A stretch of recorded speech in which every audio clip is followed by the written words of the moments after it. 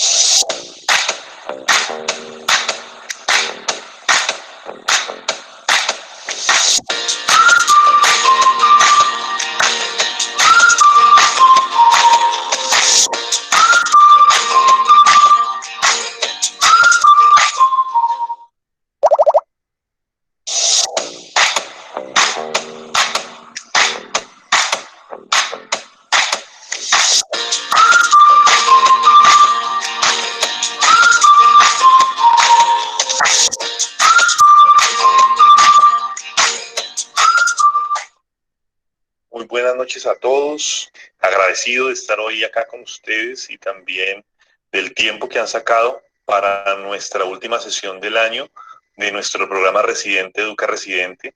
Sabemos que ha sido muy interesante todas estas sesiones y como siempre les he dicho, mañana puede ser usted. La idea es que tengamos la oportunidad de promover el programa el otro año y continuar con nuestras sesiones no muy lejanas.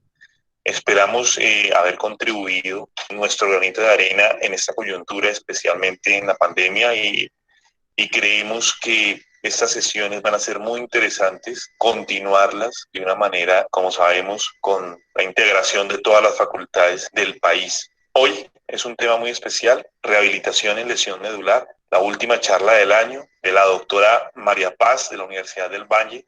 Bienvenida, doctora, y agradecemos nuevamente a todos por estas sesiones. Esperamos vernos pronto. Gracias.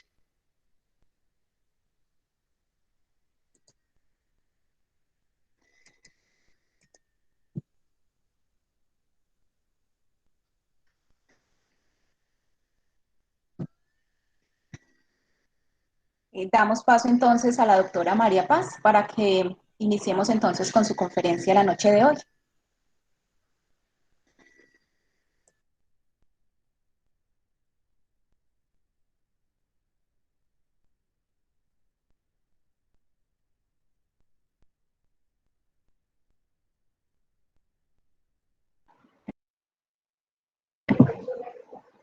Doctora, el micrófono está en silencio.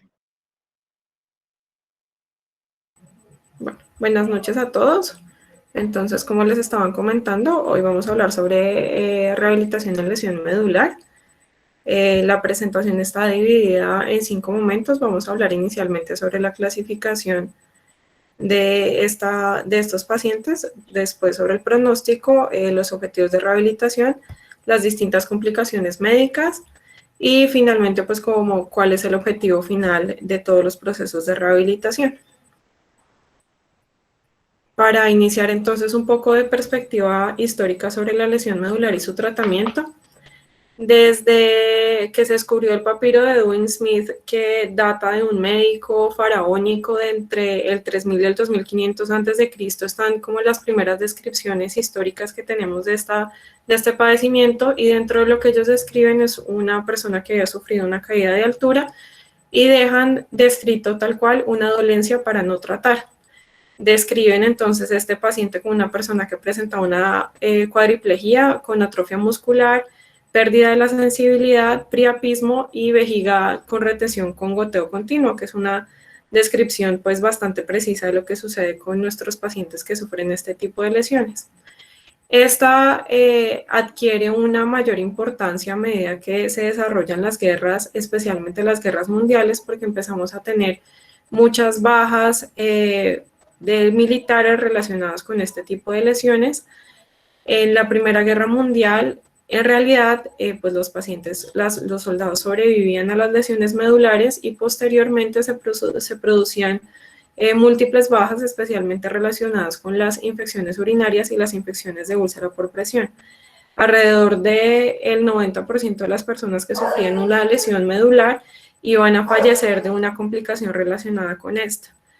Y hacia 1944, posterior a la Segunda Guerra Mundial, entonces empieza el desarrollo real pues de cómo vamos a hacer el tratamiento de estos pacientes y la mejoría sustancial en el pronóstico que tienen.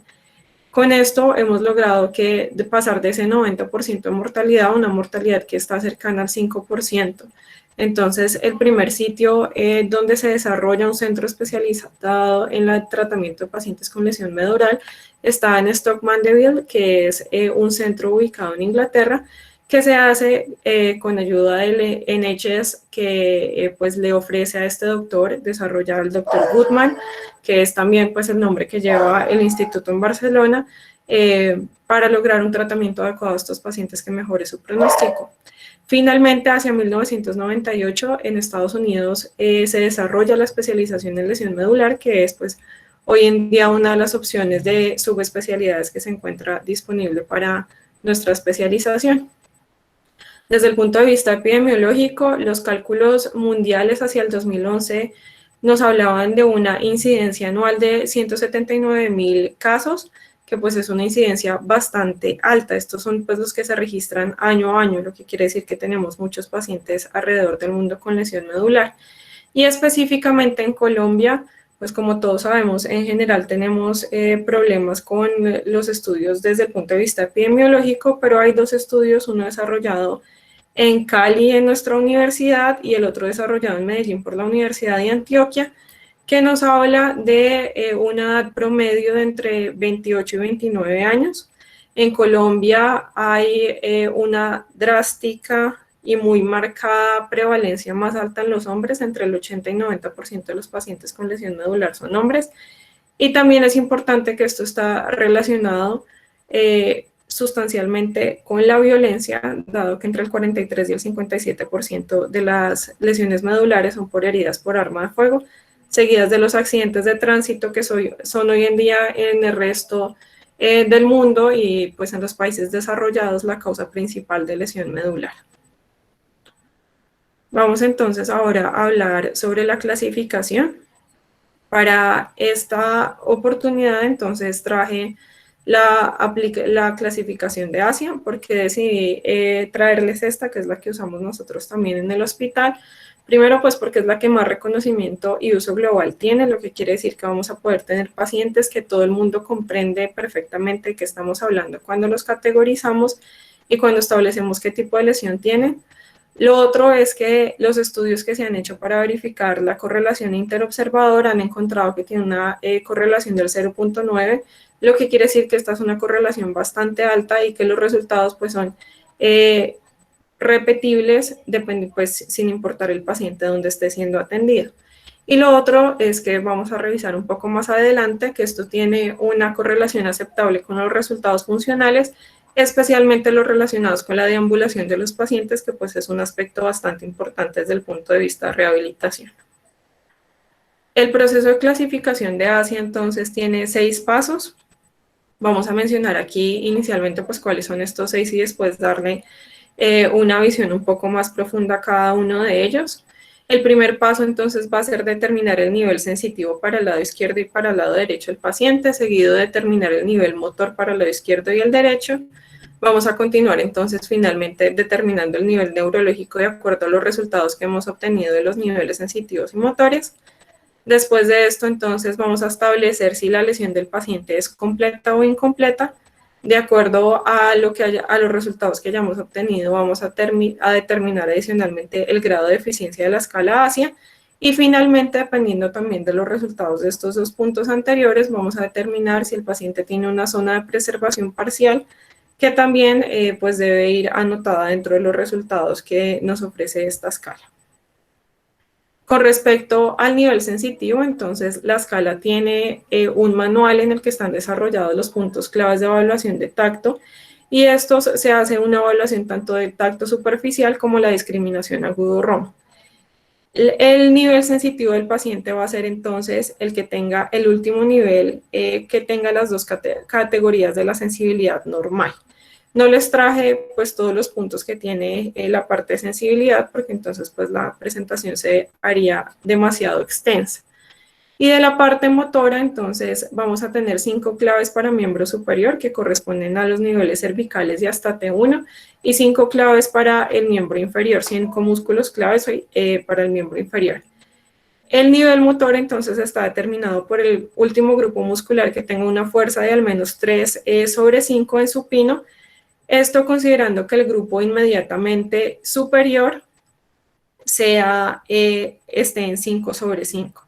Si el inmediatamente superior no está en 5 sobre 5, entonces a pesar de que este tenga un nivel de 3, pues ese no se va a considerar el nivel motor, sino el de encima.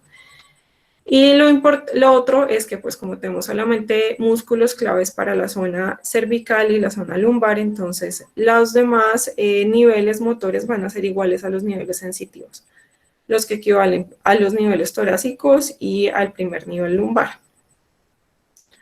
Una vez tenemos entonces el resultado para el nivel sensitivo y motor, vamos a determinar cuál es el nivel neurológico, que es el nivel más caudal en el que tengamos función sensitiva y una fuerza al menos 3 sobre 5, o sea, de los 2 niveles que determinamos anteriormente, el último que se encuentre preservado en ambos puntos, lo que quiere decir que va a ser el valor más alto de los niveles que encontramos en los puntos anteriores.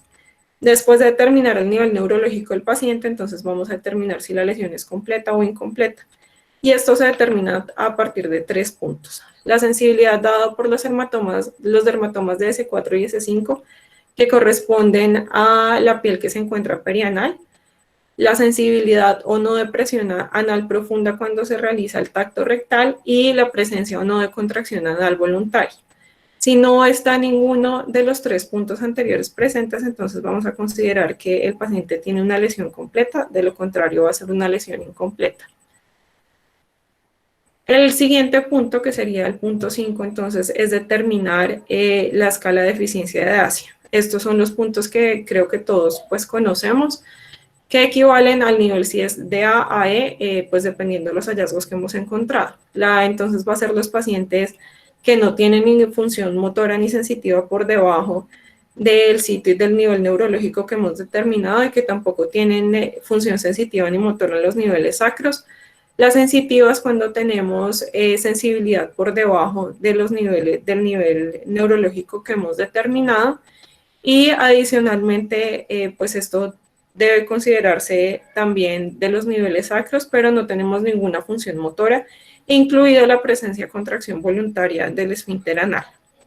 De la motora incompleta, que es el grupo C, entonces vamos a tener que tienen los pacientes preservada alguna función motora por debajo del nivel neurológico. Para esto, fuera de los músculos claves que se encuentran dentro del estudio de la escala ASIA, también se pueden considerar los músculos no claves y también la presencia de función de contracción anal voluntaria se va a considerar en estos pacientes con función motora, con lesiones motoras incompletas del grupo C. Y las del grupo D, entonces, son los pacientes que tienen función motora, que al menos la mitad de los músculos claves se encuentre por encima de una fuerza 3 sobre 5, de 3 o más. Y los E son pues, los pacientes que tuvieron alguna alteración desde el punto de vista anatómico, pero desde el punto de vista de la escala ASIA se encuentra dentro de los límites normales, tanto los músculos claves como la sensibilidad del paciente. Es importante que la escala también trae, que esto es lo que mencionan aquí al final, que es importante documentar que en algunos pacientes pues hay algunas lesiones que no están relacionadas con directamente con la lesión medular, que eso también debe quedar registrado en la escala, como si, por ejemplo, tenemos un paciente con una lesión de plexo por otra herida adicional de arma de fuego o alguna lesión de ese tipo. Y finalmente se determina la zona de preservación parcial. Esto solamente se hace para los pacientes que tienen lesiones completas, entendiendo la lesión completa como la ausencia de sensibilidad o contracción anal voluntaria, como les había mencionado en los pasos anteriores. Y de estos entonces lo que se hace mención es los pacientes que tienen alguna conservación de niveles sensitivos o motores por debajo del nivel neurológico, pero que la parte sacra está abolida. Entonces esto es lo que vamos a notar en las zonas de preservación parcial. Finalmente, entonces, pues este es el gráfico disponible en español, que está disponible pues en la página de la ASIA, donde se realiza registro de todo, pues, los aspectos motores sensitivos y todo lo que les acabo de mencionar de los pacientes. Esto pues también lleva unos puntajes y nos lleva adicionalmente pues a tener la facilidad de poder tener el registro del paciente y poder hacer el seguimiento a través de esta escala. Aquí les queda el link para poder descargar la imagen y pues las hojas de cómo se llena esto. Lo importante de esta escala entonces es porque podemos definir cuál es el pronóstico de nuestro paciente y de acuerdo pues a la definición del pronóstico pues vamos a saber cuál es nuestro plan de manejo.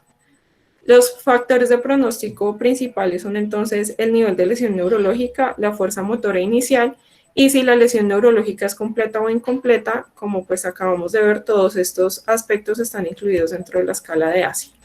Con respecto al nivel de la lesión neurológica, en general tienen mejor pronóstico los pacientes entre más baja sea la lesión. Esto entonces se hace especialmente evidente entre la diferencia entre tener un nivel C4 y un C5, donde la recuperación es más lenta y menos probable si un paciente tiene un nivel C4 comparado con cualquiera de los segmentos cervicales inferiores. Y de la parte de los miembros inferiores también hay estudios que han comprobado que los pacientes que tienen lesiones que van de T9 a T11, solamente el 15% van a recuperar alguna función motora de los miembros inferiores, mientras los que tienen lesiones que son de T12 o inferiores, hasta el 55% podrían recuperar algún tipo de función motora. Con respecto entonces a la presencia de fuerza al momento de la lesión, esta en realidad se evalúa entre 72 horas y una semana después de la lesión para poder tener resultados objetivos. Entonces, si tenemos una fuerza de 0 a nivel motor inferior, en el nivel motor inmediatamente inferior al nivel neurológico, solamente 1/3 de los pacientes van a recuperar algo de fuerza, mientras que si tenemos algún tipo de actividad motora, que puede ser simplemente que el paciente tenga contracción, por debajo del nivel neurológico que hemos establecido, entre el 75 y el 95% de los pacientes van a lograr recuperar una fuerza antigravitatoria después del proceso de rehabilitación. Con respecto entonces a la escala ASIA, lo que también pues entonces a la escala de eficiencia, entonces esta es fundamental porque nos va a hablar también de la parte de la probabilidad de recuperación. De los pacientes que son ASIA A, que son los que tienen lesión completa, solamente el 10% van a llegar a ser un ASIA B, que son los que tienen solamente preservación sensitiva, y menos del 10% van a lograr hacer un ASIA C, que son los que, como pues vimos antes, tienen una función motora bastante baja. Importante también que la conversión tardía, que está definida por cualquier conversión que suceda después de los 30 días de la lesión, solamente llega hasta el 4 o 10% máximo. Quiere decir que si pasados 30 días el paciente no ha presentado ningún tipo de recuperación, es muy poco probable que su estado vaya a cambiar. Los pacientes que tienen ASIA B inicialmente, especialmente los que el ASIA B está marcado por una adecuada discriminación agudo-romo por los tractos por los que asciende la sensibilidad del dolor y que la cercanía que estos representan a los tractos motores, tienen una mayor probabilidad de recuperación, el 40% va a pasar hacia C y hasta el 40% también va a lograr una recuperación motora de A hacia D. De los que tienen A hacia C, entre el 60 y el 80% de los pacientes pasan a A hacia D.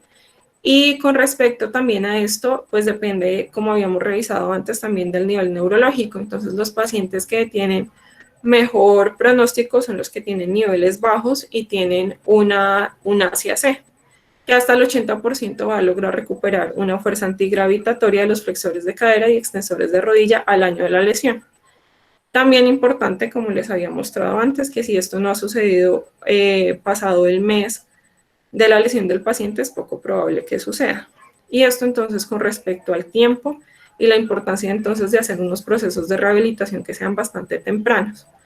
El periodo de mayor cambio que tienen los pacientes son los 3 primeros meses.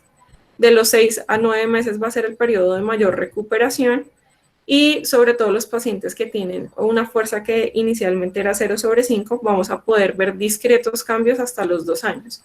Pero es muy importante que sepamos que pasados estos 2 años es prácticamente imposible que el paciente vaya a tener un cambio significativo desde el punto de vista motor, incluso considerando para la mayoría de los textos que después de estos 9 meses es muy poco probable que el paciente vaya a tener algún cambio significativo. De acuerdo entonces al pronóstico y a la clasificación que le hemos dado al paciente, entonces se van a establecer los objetivos de rehabilitación y todo esto es importante pues para poder tener unos objetivos apropiados. Los principios fundamentales que rigen los procesos de rehabilitación en los pacientes con trauma raquimedular es primero que esto se basa en 2 componentes que son los que vamos a revisar a continuación. Primero, la prevención de complicaciones, de la que ya vamos a hablar un poco más adelante, con el objetivo adicional también de lograr la funcionalidad máxima del paciente de acuerdo al pronóstico y al tipo de lesión que tiene.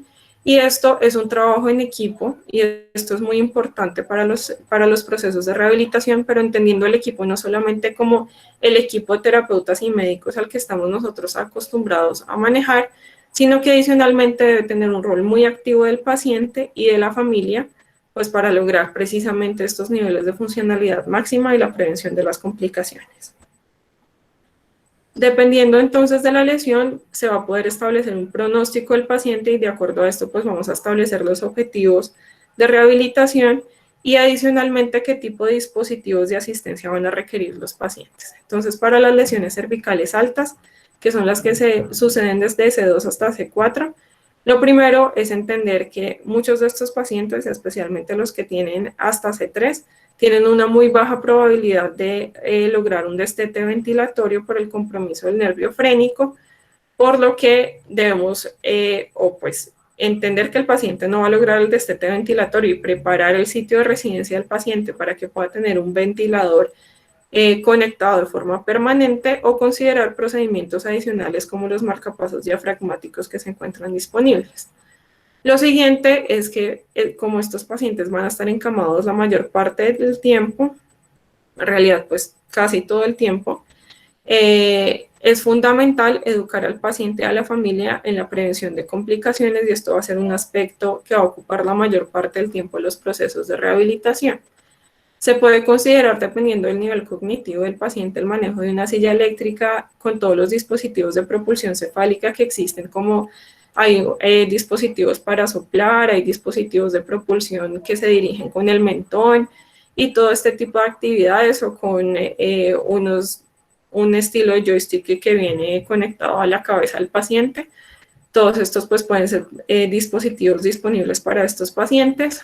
En los pacientes que tienen un nivel C4 se pueden considerar órtesis de apoyo braquial móvil, que lo que hace es que sostiene el brazo del paciente a 90 grados, el hombro, y con el movimiento que se genera del hombro por la preservación de la raíz C4 logra hacer algunas actividades, sobre todo de llevar objetos a la boca con patrón pues mano-boca que le permite algo de independencia al paciente. Y lo otro es que estos pacientes son candidatos importantes a dispositivos de alta tecnología para lograr una mayor independencia. Esto hace entonces referencia a pues todos los dispositivos como las asistencias tecnológicas en la casa que nos permiten con comando de voz prender y apagar las luces, o el manejo por comando de voz de computadores y teléfonos móviles. En los pacientes que tienen C5, entonces, ¿cómo logramos hacer contracción de los flexores de codo? Lo primero que vamos a hacer, pues, es la prevención de la contractura en flexión, dado que no tenemos músculos antagonistas que vayan a, pues, contrarrestar la acción de los flexores de codo. Para esto, dado que también pues tenemos estos músculos preservados, se puede considerar el uso de una órtesis larga con un sistema de agarre de utensilios. Estas vienen universales y nos va a permitir pues que el paciente con el uso de los flexores de codo nos pueda hacer actividades básicas de la vida diaria como alimentarse. Se utilizan en estos pacientes sillas de ruedas de propulsión exógena y algunos de estos pacientes pueden utilizar aros con propulsión modificada, esto haciendo referencia especialmente a cubrir los aros de propulsión con unos sistemas de plástico o unos pines que lo hacen similar a un timón de barco, y esto entonces pues los va a permitir propulsarse, pero solamente a distancias cortas, y bajo ninguna circunstancia estos pacientes van a lograr subir rampas sin propulsión externa, por lo que una opción, si vamos a decidir utilizar aros propulsores en ellos, es las sillas de ruedas nuevas que existen, que incluyen dispositivos que nos permiten pues, tener asistencia de propulsión exógena en sillas que son también de maniobrabilidad manual. Y estos pacientes, como no tienen una buena función distal de la mano, pues van a requerir asistencia para toda la parte del manejo intestinal y vesical. En los pacientes que tenemos con nivel de C6, algunos van a lograr hacer pinza con el mecanismo de tenodesis que tenemos en los tendones de la mano, lo que quiere decir que los pacientes, si dejamos dispuestos los objetos para las actividades básicas, van a lograr realizar la mayoría de estas y la mayoría de la vestimenta con algunas modificaciones. Requieren transferencias asistidas y pues también pueden requerir uso de tabla para transferencia en caso de que pues, sea un paciente que va a vivir solo. Las sillas de características similares a las que tenemos en los pacientes con lesión C5. Para los pacientes C7, C8, ellos pueden realizar de forma independiente la mayoría de las actividades básicas. La silla de ruedas la pueden utilizar de forma independiente y pueden realizar las descargas de peso, incluso pueden requerir asistencia para hacer el vestido de la parte inferior, las transferencias a desnivel, y algunos pacientes requieren asistencia para el manejo especialmente de la vejiga neurogénica. En los pacientes que tenemos lesiones de T1 a T12 en general van a ser completamente independientes para sus actividades de la vida diaria y van a ser capaces de realizar actividades avanzadas en la silla de ruedas, como la presencia Willis y pues todas las transferencias, incluso del piso a la silla de ruedas. Ellos ya deberían ser independientes en toda la parte del manejo intestinal y vesical. Y algunos, sobre todo los que tienen niveles más bajos, entonces pueden hacer ambulación con aparatos ortopédicos largos. Esta sin fin real como de deambular por fuera de la casa, sino solamente pues, en los recintos de la casa y para hacer bipedestación con los beneficios que trae desde el punto de vista simpático y parasimpático. Para los niveles lumbares, entonces, los pacientes con lesiones L1 y L2 que tienen ganancia de los flexores de cadera y parcial del cuádriceps, vamos a tener ambulación funcional en casa, pero igual necesitamos silla de ruedas para los exteriores. Y el manejo vesical usualmente va a ser por cateterismo intermitente, eso ya lo vamos a ver un poco más adelante también por qué. Los pacientes que tienen lesiones L3, L4, entonces pueden hacer ambulación con órtesis de tipo AFO y muletas o bastones canadienses, y los que tienen L5 y los niveles sacros en general van a ser independientes para todas sus actividades, incluida la deambulación, si no tienen comorbilidades o lesiones adicionales generadas por el trauma. Con respecto entonces a las complicaciones, es importante que pues recordemos que en realidad las lesiones medulares, fuera la parte de discapacidad que es evidente para todos nosotros, generan mucho compromiso en una gran cantidad de sistemas que está relacionado pues con todas las funciones adicionales que tiene el poder movernos y todo el sistema autónomo que está relacionado con la médula espinal. Estas entonces son la gran cantidad de complicaciones que podemos tener. Evidentemente no vamos a hablar de todas ellas porque nos podríamos quedar aquí varias horas, incluso un congreso completo, sobre las complicaciones que puede tener la lesión medular. Entonces es importante que sepamos que los pacientes sufren con mayor frecuencia de presión, de disreflexia, la espasticidad, de enfermedad cardiovascular, que hacen patrones restrictivos ventilatorios, que sufren de obesidad, de vejiga neurogénica, de disfunción eréctil, que pueden tener hipercalcemia por la hipomovilidad, de dolor, de tromboembolismo, la osteoporosis, la osificación heterotópica, las úlceras de presión y el intestino neurogénico. He escogido 4 de estas complicaciones para discutir brevemente el día de hoy. La primera de ellas, la disreflexia autonómica. Es importante, sobre todo para nosotros que muy probablemente no la vamos a manejar, saber reconocerla y enseñarle a los pacientes qué es lo que va a suceder y cómo se puede dar el manejo, pues para que ellos al menos sepan qué es lo que les está pasando. Esto es una urgencia médica que se produce por la disfunción del sistema simpático, marcada fundamentalmente por un aumento de la presión arterial. Lo que sienten usualmente los pacientes es un dolor de cabeza pulsátil, que se acompaña de sudoración por encima del nivel de la lesión y un aumento marcado de la presión arterial, que es el motivo fundamental por el cual esto se considera una urgencia médica. Los niveles, esto se presenta especialmente en pacientes neurológicos que tengan nivel neurológico por encima de T6, pero está descrito en la literatura en niveles tan bajos hasta T12 incluso. Y es importante que usualmente sucede por estímulos vesicales o intestinales, que ya vamos a revisar a continuación, que pues es también parte del por qué debemos dar manejo a las otras complicaciones que presentan los pacientes. Dentro de la parte de la disfunción del sistema nervioso autónomo, tenemos también entonces que estos pacientes presentan con mayor frecuencia hipotensión ortostática y un control anormal de la temperatura. Para la disreflexia autonómica, entonces el manejo se hace inicialmente con medidas no farmacológicas que consisten fundamentalmente en sentar adecuadamente al paciente y desamarrarlo de los sistemas de posicionamiento que tenga en la silla. Posteriormente se hace un manejo del desencadenante, que como les mencionaba ahora, es usualmente la parte vesical o intestinal. Entonces lo primero que se debería intentar es cateterizar al paciente, o si tiene un catéter permanente, intentar lavarlo para verificar que este no se encuentre obstruido. Y finalmente, pues las medidas farmacológicas, que son fundamentalmente antihipertensivos, inicialmente de los nitratos, para lograr pues un descenso rápido de la presión arterial. Hay dentro de las guías de manejo de la ASIA unas recomendaciones para todos los pacientes que se deberían entonces tener en cuenta. Lo primero es que todos los pacientes con lesión medular deben tener un protocolo de monitoría de presión arterial, que se deben evaluar los desencadenantes y proveer intervenciones adecuadas, esto especialmente con respecto al manejo intestinal y vesical. Por esto mismo habla de establecer protocolos de manejo de intestino y vejiga. Los pacientes que tienen disreflexia autonómica deberían tener algún dispositivo de identificación, bien sea un carnet en sus billeteras o una pulsera a las que venden o un tatuaje, para que en el momento que lleguen en esta condición al servicio de urgencias sepan que de esto es lo que se trata. Y adicionalmente, en los pacientes que tienen un buen entrenamiento y un buen nivel cognitivo y una buena red de apoyo, se puede considerar tener un kit casero para el manejo inicial de los síntomas. Vamos a hablar entonces ahora de la vejiga neurogénica, que es otra complicación bastante frecuente.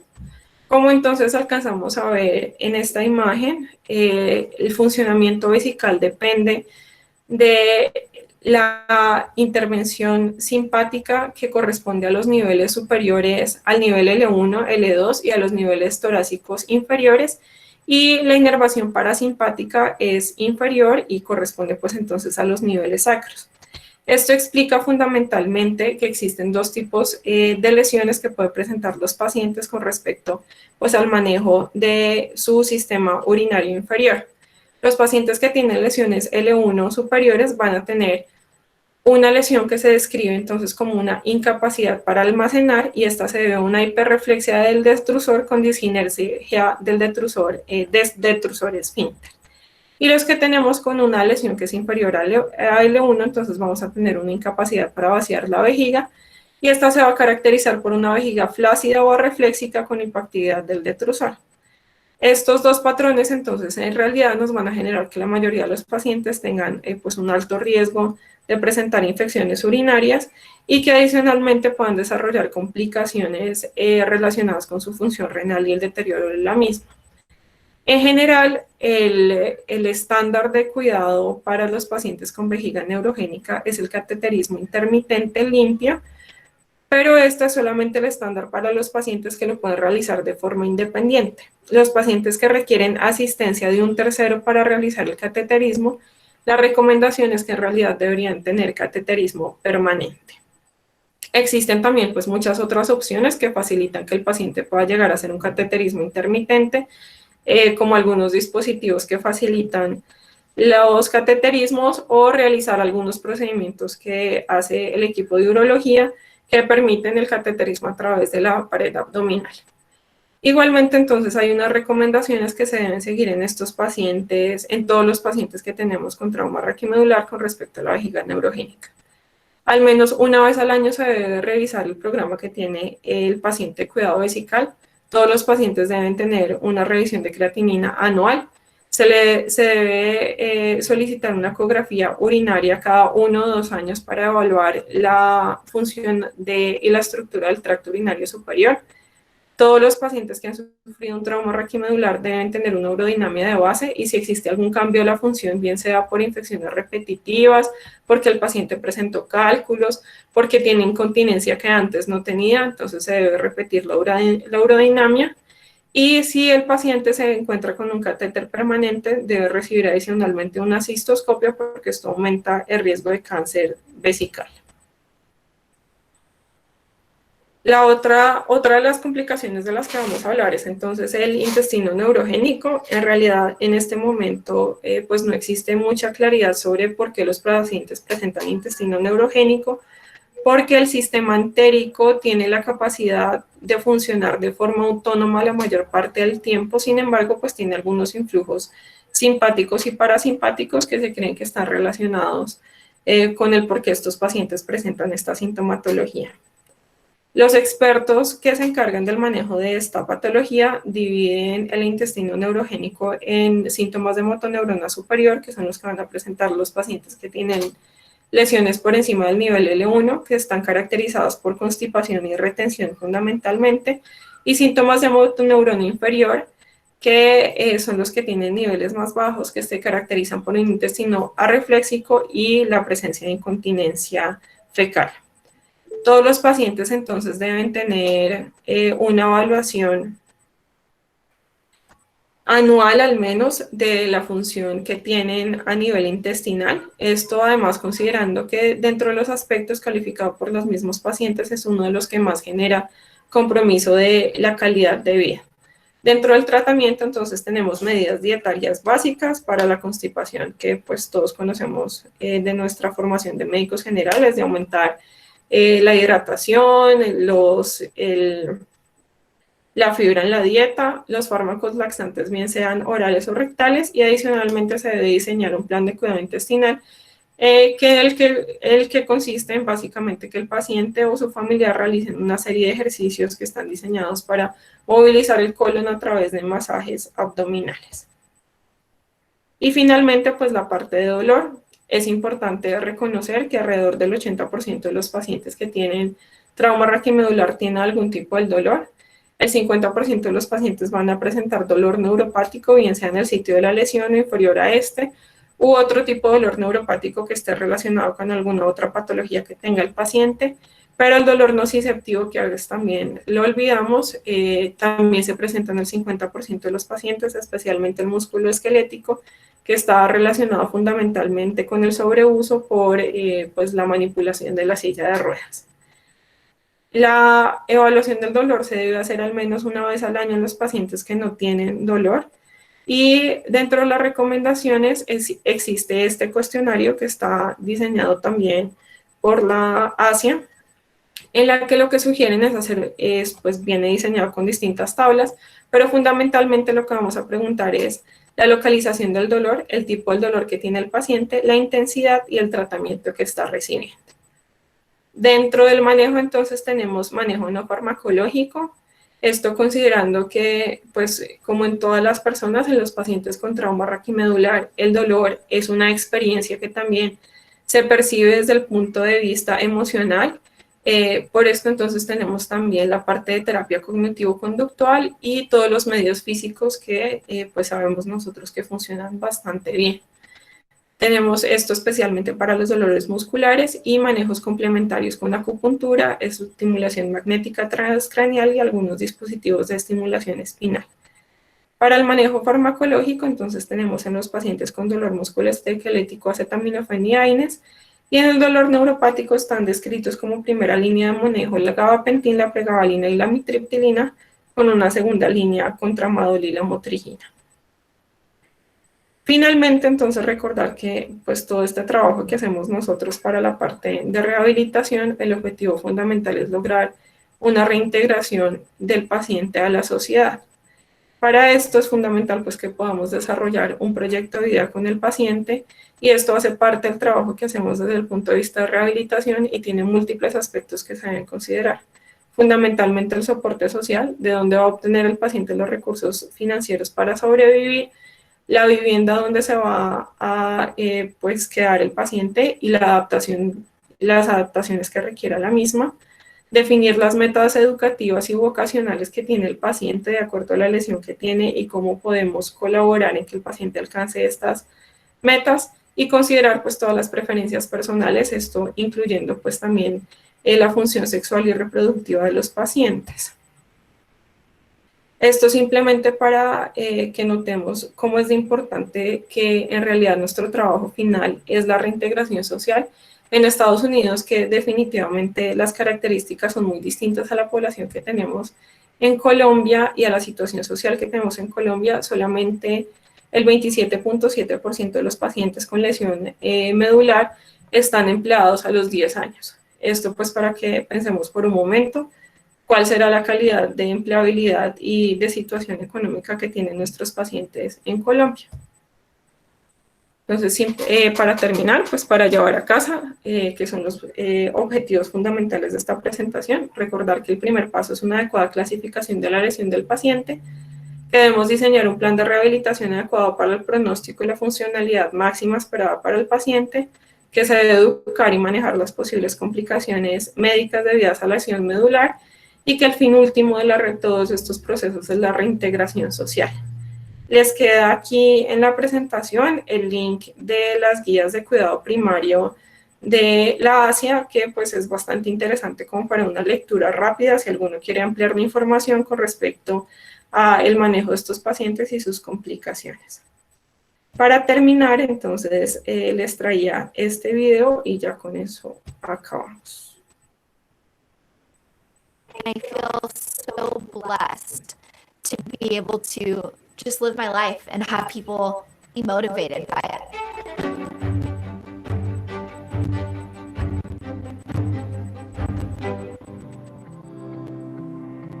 I have a spinal cord injury, and so when I was seeing people roll by, I was like, wow, so that's what I'm gonna look like.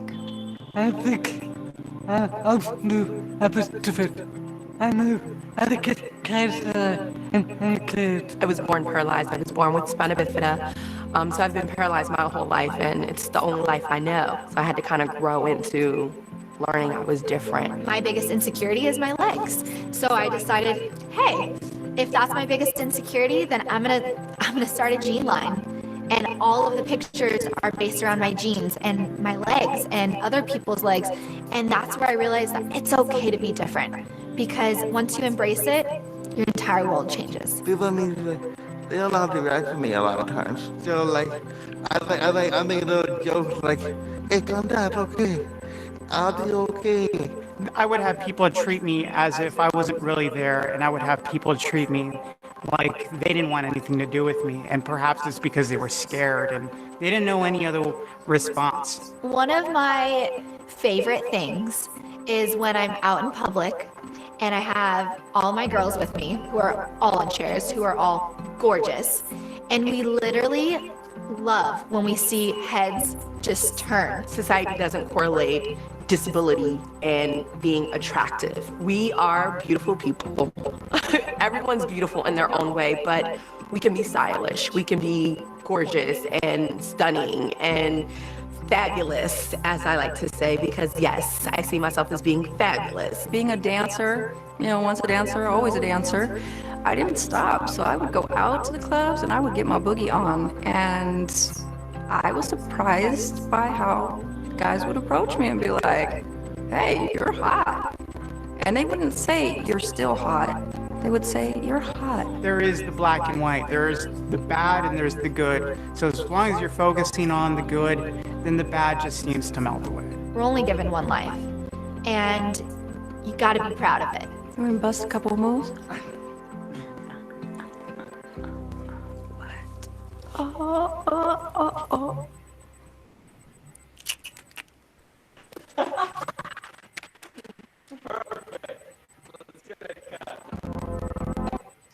Bueno, este video era simplemente para que tengamos una oportunidad de recordar que nuestros pacientes por encima de la lesión medular, o sea, la condición que sea que tengan, pues son personas, y como eso deberíamos tratarlos y trabajar precisamente en que pues, recuperen todos sus derechos y la capacidad de llevar una vida en sociedad normal. Muchas gracias a todos y felices fiestas.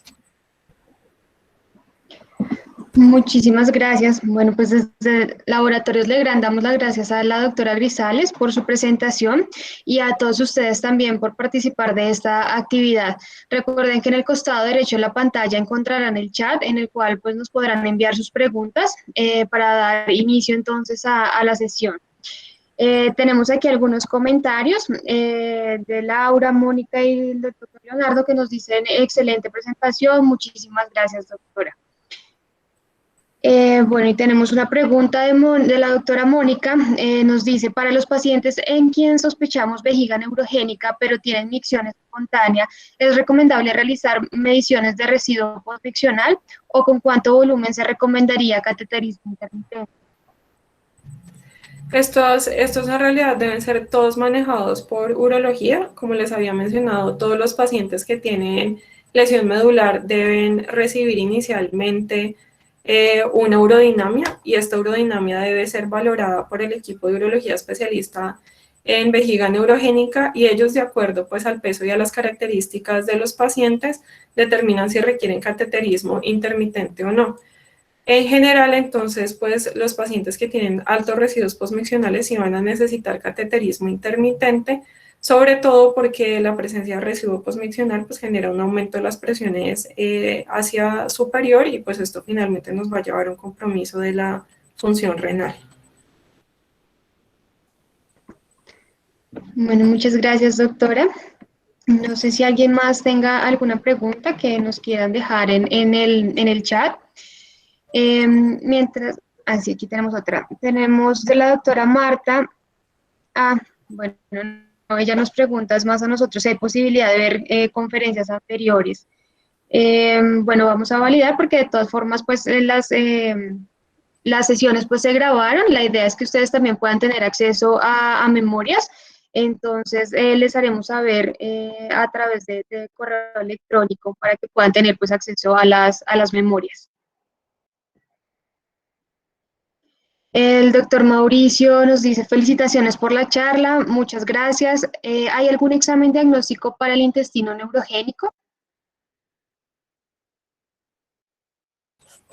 Pues hasta donde revisé, no, la recomendación está pues más relacionada con que en realidad todos los pacientes que tienen lesión medular van a presentar alguna alteración de su función intestinal, y en todos entonces se debe llevar a cabo pues el manejo relacionado con esta patología. Muchas gracias, doctora. Doctora, y digamos ya para finalizar, de pronto algún tip a nivel de la parte clínica que nos quiera recomendar, digamos, para el abordaje así importante de este tipo de pacientes, sobre todo con el cuanto, digamos, al manejo del dolor que vemos que es muy frecuente en este tipo de pacientes. Bueno, pues lo primero, reconocer que los pacientes tienen dolor, que es una parte importante. que siempre se les debe preguntar, que a veces nos pasamos de hacer ese tipo de preguntas. Y la otra parte importante es que, como decía la presentación, hasta el 50% de los pacientes tienen dolor musculoesquelético. Y esto pues es un aspecto importante porque usualmente como la lesión medular genera dolor neuropático, nos quedamos pensando siempre solo en esa parte. Entonces hay que evaluar la parte de dolor musculoesquelético y pues ofrecerle alternativas y soluciones a los pacientes para ese tipo de dolor también. Muchas gracias, doctora. Bueno, pues yo quiero agradecer a todos y pues agradecer también a la doctora por la conferencia de hoy y pues en general a todos los conferencistas que participaron de esta actividad. Esperamos que nos puedan acompañar nuevamente en futuros proyectos. Les deseamos a todos una feliz noche.